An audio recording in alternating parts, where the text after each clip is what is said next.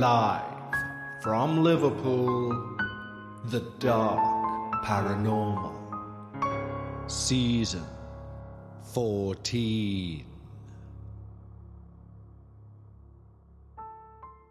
Hello everyone, and welcome back to the Dark Paranormal, Season 14, your penultimate episode, Episode 9. And both this episode and next week's finale I have been holding on to for quite some time. And the reason being, one kind of leads into the other. So I waited until I had both before releasing them one after the other. Now, I don't want you to be confused by that. These are two very much standalone episodes. Yet they are about the same house, they involve the same family, and in my opinion, although not required in the least, they are best listened to back to back. As you will hear, this week we hear from Jackie, somebody who needed to move following a divorce. Jackie is a believer in the paranormal. Her sister, Emma, is not. She is very much a skeptic. However, she moved into Jackie's home when Jackie left. And Emma's experience will be our finale. However, before we begin part one of two of the most interesting experiences I believe we've ever covered, we need to, of course, thank our wonderful team over at Patreon. When you sign up to our Patreon, not only will you receive all of our episodes, both ad-free and before everyone else. Yes, that includes next week's finale and the Season 15 debut. But you can also receive exclusive access to our Patreon-only podcast, Dark Bites. Dark Bites is a show which is released each and every Sunday of the year without fail, even on the downtime between seasons. And with a break in seasons coming up, not only will you continue to get your weekly Dark Paranormal fix, but there are also well over 50 hours worth of Patreon-only episodes for you to go and binge. But truly, the best thing about our Patreon is the community itself. We have built a wonderful community of like-minded paranormal enthusiasts over at Patreon. And we'd love to extend an exclusive invitation just for you. Simply head over to patreon.com/The Dark Paranormal.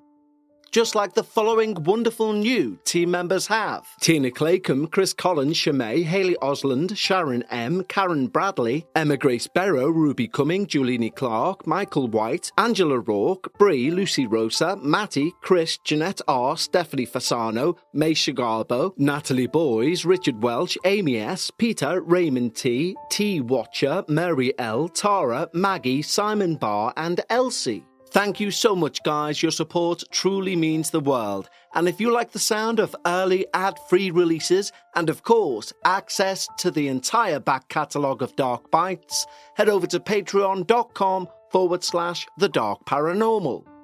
But right now, it's time. Lower those lights, make yourself comfortable, and most importantly, leave your disbelief at the door, as we hear all about The Umwelcoming, Part 1. Hi, Kevin. My name is Jackie, and if all goes as agreed, you should also be receiving an email from my sister, Emma. I'm a 44-year-old nursery assistant with a lifelong curiosity in the unexplained. I'm a fervent listener of your podcast, unlike my sister, Emma. I'm writing today to share an experience that's, well, profoundly shaken my entire understanding of reality. This whole ordeal began 4 years ago, at a time in my life when I was already in turmoil due to a heart-wrenching divorce. You see, for my 40th birthday, my ever-loving partner threw me a surprise party, which was wonderful.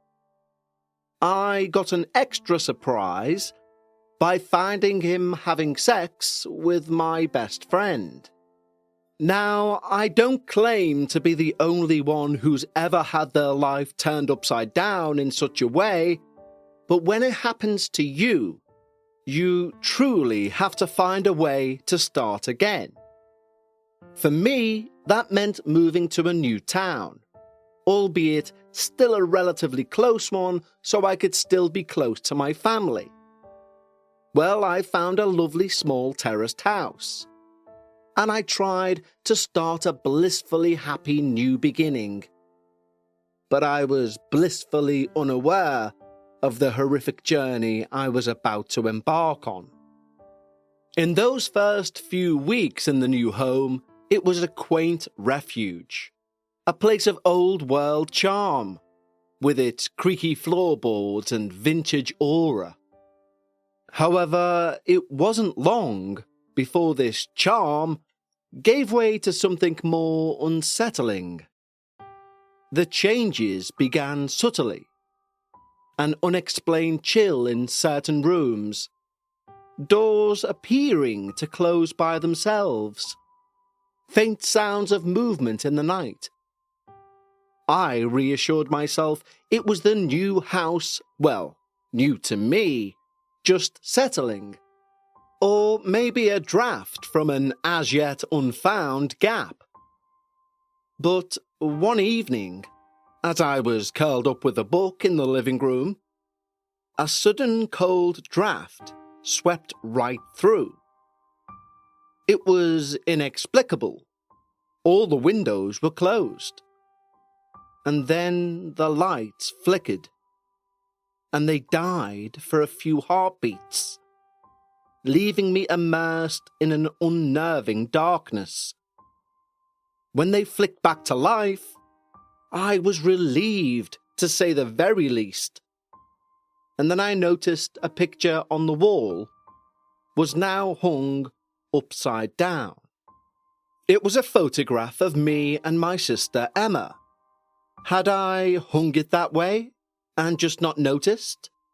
Surely not. Surely not. I tried to dismiss these incidents, attributing them to the heartbeat of an old house. However, these oddities escalated. Objects began to move independently. For example, I watched in bewilderment as a cup slowly glided across the table. I watched a book slowly wiggle itself free and tumble from a shelf without any cause. Often my belongings were not where I'd left them.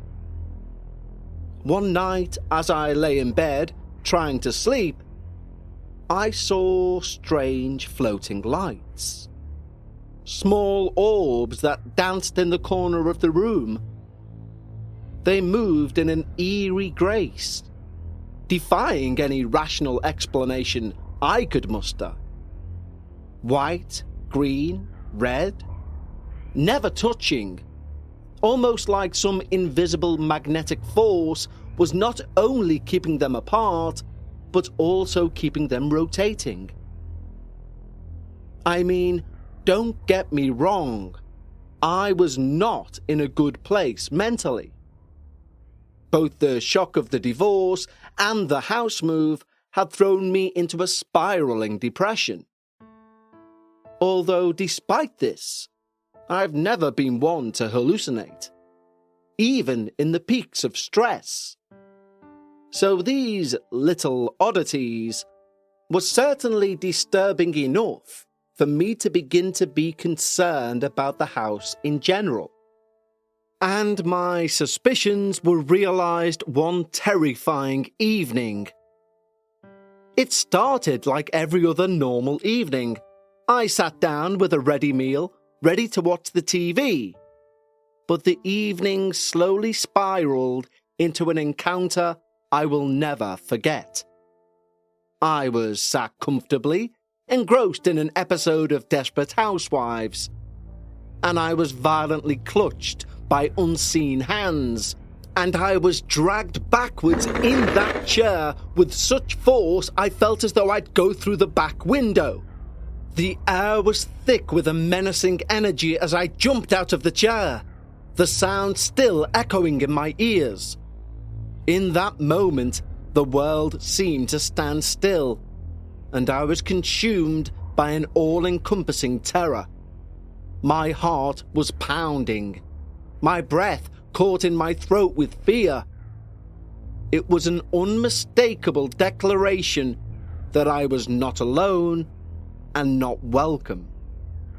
Something or someone was with me, making its presence known in the most chilling way.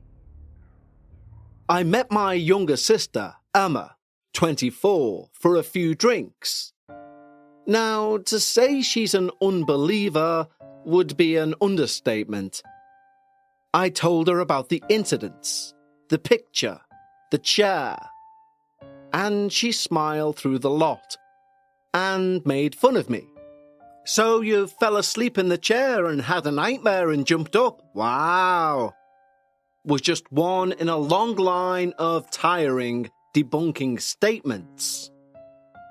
Thankfully, we had quite a lot of alcohol to take the sting out of her remarks, and also the edge off my anxiety. Sadly, that effect didn't last long, as in the days that followed, there was an escalation in activity. The shadows that had once been mere flickers in my peripheral vision began to take on a more ominous tone, a more ominous shape, appearing with greater frequency and greater clarity. They seemed to watch, to wait. They seemed to move with purpose, with apparent intelligence. I felt like I was being observed by some entity, like I was prey. When my sister Emma would come around, even she, despite her skepticism, could not ignore the tangible shift in the atmosphere. The way the air seemed charged with a silent, waiting anticipation. When she would come round to visit, I could tell by her face that despite her bravado, she knew something was not right with this place. Night after night, as I lay in bed attempting to find solace in sleep, a new development began. Above my head from the ceiling, scratching noises, persistent and unnerving. They seemed to claw at the very edges of not just the attic floor, but my sanity itself. Initially, I tried to dismiss these sounds. Maybe it was rats. Maybe it was the house settling. But these sounds were too deliberate, too intelligent even, to be anything mundane. Driven by a mixture of fear and determination, I sterned myself and ventured into the attic one dreary afternoon. The space was partially converted, a limbo between the past and the present, filled with the remnants of lives long gone from previous tenants. Amidst the dust and the shadows, I found a box of old photographs. It was clear that these photos were of a married couple. They appeared to have no children, at least not in these photos. There was a wedding photo, another one of the same couple in their old age, taken at some sort of function. Him in a smartly dressed white suit with his matching white hair and trimmed white beard, and his wife, a small metal door encased in the wall made a sound as if it had been opened and slammed shut. But I didn't see anything, even in my peripheral vision. And this tiny door was to my 2 o'clock position from where I was going through this box. So I should have seen something. I quickly scanned for any signs of rats, etc., but found no evidence of rodents. Only the now oppressive silence following the slamming of that door. This tiny metal door, embedded in the wall and barely a foot in height, sent a shiver down my spine. The door was cold to the touch, as I tried everything I could to open it, but it simply wouldn't budge. But this door felt like a barrier between me and whatever secrets lay beyond. Secrets that seemed to seep through its cracks. My first thought was that whatever was in this small cupboard was what was manifesting the disturbances that were plaguing my home. The true terror of my situation became undeniably clear to me one winter morning. And sincerely, nothing could prepare me for this. Being winter and early morning, it was pitch black outside as I locked the front door and headed to my car in the freezing cold. Starting the engine and letting the heating run for a while before I then set off for work. The streets were empty, save for the other early risers using public transport to get to work. It was then, reflected in the rear-view mirror of my car, that I saw him. An old man with wild white hair and a yellow scraggly beard. But there were no doubts about it. It was the man from the photographs in the attic. His eyes filled with an indescribable wild mix of sorrow and malevolence. For a fleeting moment, our eyes met in the mirror, and a cold dread engulfed me. As quickly as he appeared, he lunged forward, his face contorting as he did so. I felt 2 cold drafts pressing against my neck, as if the spirit was attempting to strangle the life from my body. Panic set in, and I came to an emergency stop in the middle of the road. My heart pounding against my chest as I struggled to breathe, to escape from the clutches of my ghostly assailant. Thankfully, there was no one else on the road, or I may not even be here to write this email. The experience left me shaken to my very core. It was a stark reminder that the entity in my home was not just a passive observer, but a malevolent force capable of reaching out, not just from the shadows, but wherever I was and whenever it wanted. In the days that followed, a new sound began to haunt the confines of my home.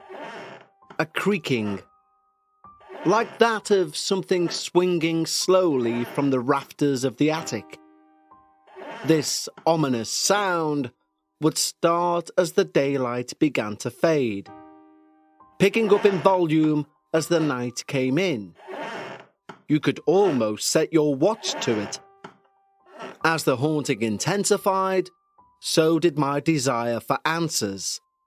And they were presented to me in the most unexpected way, through a conversation with my new neighbour, a Mrs. Aldridge, a long-time resident of the area. One afternoon, whilst hanging out my washing, she introduced herself over the fence and invited me into her kitchen to make full introductions. Over cups of tea, filled with the comforting aroma of baked goods, she shared the story of my house's grim history. A tale that turned my blood cold. The previous owners were a Mr. and Mrs. Harrow.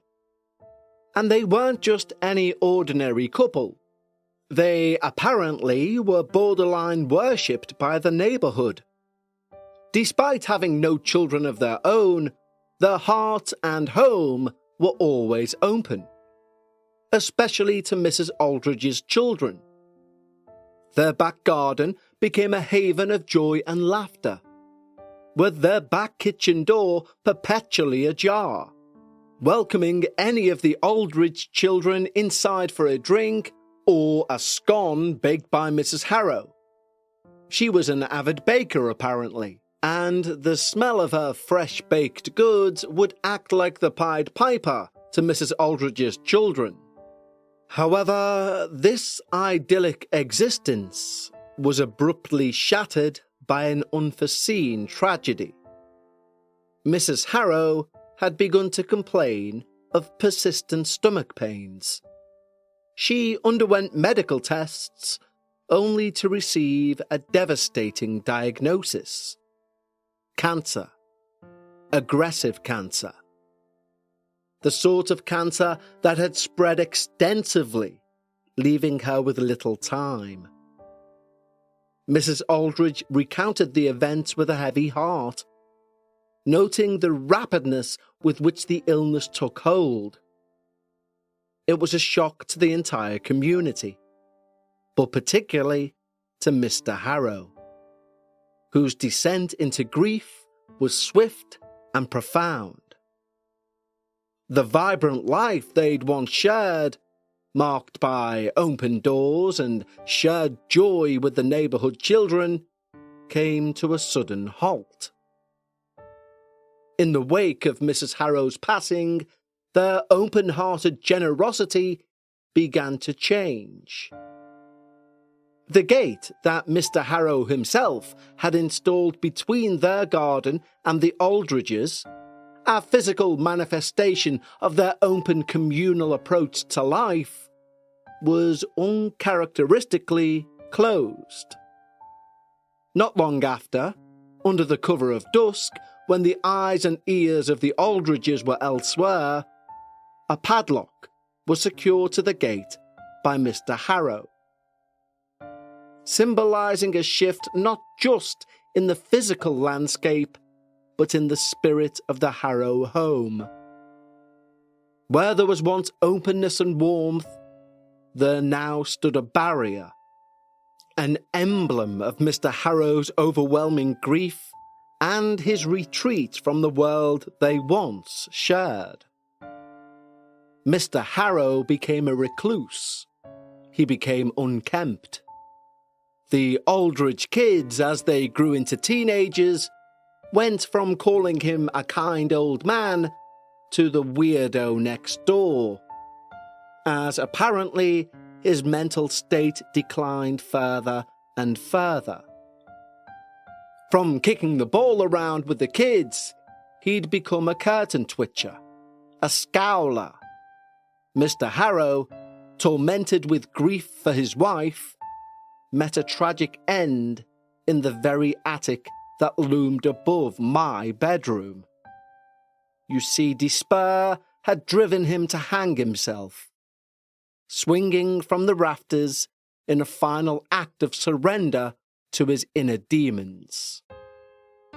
That creaking sound I started to hear was my macabre echo of Mr. Harrow's last moments, a chilling reminder of the heartbreak, despair, and change that man had gone through. This new knowledge of the house's sombre past draped every corner of its interior and exterior in a perpetual gloom for me. My planned sanctuary, my planned refuge from the storms of my life, my fresh start, had now morphed into a tableau of sorrow, loss, and fear. The walls seemed to whisper tales of despair. Every room seemed to be a chapter of the story marked by the Harrow's heartbreaking tragedy. This profound shift in perspective from seeing this house as a haven to viewing it as a hell, weighed heavily on my psyche. It was as if the air within had thickened with the sorrow of what I now knew. I found it difficult to breathe. I found it difficult to exist in that house with my newly unearthed horrific knowledge. It was around this time I'd started seeing a man, Billy. Billy was my literal knight in shining armour. Compelled by an urgent need to escape this oppressive atmosphere, I found myself spending more and more time at the house where Billy lived. His house became my refuge, a place where the shadows of the Harrows couldn't reach me, where the air was lighter and the spectres of sorrow couldn't penetrate. Billy was the total opposite of everything my ex-partner was. Where deceit and betrayal had once darkened my doorstep, Billy brought sincerity, kindness, and a loyalty that was unwavering.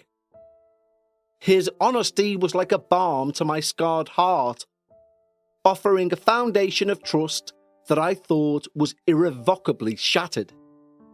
As for his stance on the paranormal and my encounters, well, Billy may not have been a staunch believer, but he believed me. And that was good enough. In a world where my experiences could have easily been dismissed, ridiculed, or questioned, Billy's acceptance and support were invaluable. He didn't need to witness the shadows or feel the chill of an unseen presence to understand its impact on me. His belief in my experiences, in the authenticity of my fear and distress, was a testament to his character. In him, I found not just a partner, but safety. One person who didn't share my belief, though, was my sister, Emma. She still made fun of the situation whenever we'd meet up. But on those occasions we did meet up, another topic kept raising its head. You see, Emma, in her early 20s, was clashing with Mum and Dad in a bad way. She wanted her own place, independence. But like most young kids today, getting on the property ladder was nigh on impossible. And paying some private landlord's mortgage off for them meant any potential savings simply weren't going to happen.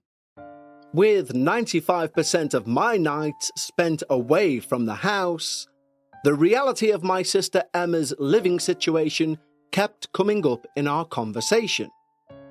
Emma, not the best at subtlety, kept saying, "So, you know the way you've got an empty house, and I'm looking for somewhere to live?" Well, I refused for quite a while, solely out of concern for her, in regards to whom I now believe was Mr. Harrow. But she was insistent in her lack of belief in the paranormal, despite me telling her everything I'd went through. So eventually, in a decision that weighed heavily on my conscience, I offered her the opportunity to move into that house. Her disbelief in the paranormal, coupled with her desperation to move out, meant she was over the moon, brushing aside my warnings as mere superstitions. The day Emma moved in marked a new chapter in the house's history. Her initial skepticism shielded her from the fear that had once consumed me, allowing her to coexist with the unseen forces that lingered in the shadows. However, the house, with its creaking floors and whispers of the past, found a way of wearing down Emma's disbelief, of making sure its presence was felt. Having spoken with Emma, you should also be receiving an email very shortly from her describing what happened during her stay at that house. So there'll be no spoilers from me. However, I will say Emma is no longer a skeptic.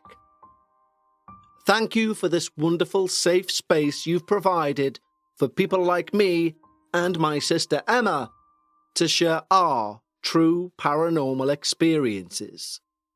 Love, Jackie. Well, Jackie, thank you so much for sharing your experience, one of the most enthralling ones we've ever had. And to everyone, believe me, you will not want to miss Emma's email next week for our Season 14 finale. Don't forget, if you'd like early access to that, you can join our Patreon over at patreon.com/The Dark Paranormal. And of course, after our finale, we will have our standard 3-week break, meaning if you are a Patreon, you will still get a Dark Bites episode each and every week. Please keep all of your experiences coming in to contact@thedarkparanormal.com, and I'll speak to you through the week for a mini-sode before we reach our finale and Emma's email. Until then, thank you for choosing to spend your time with me here on your show.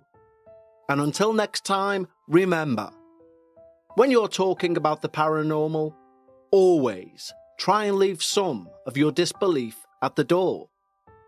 And I'll see you next time, right here on the Dark Paranormal.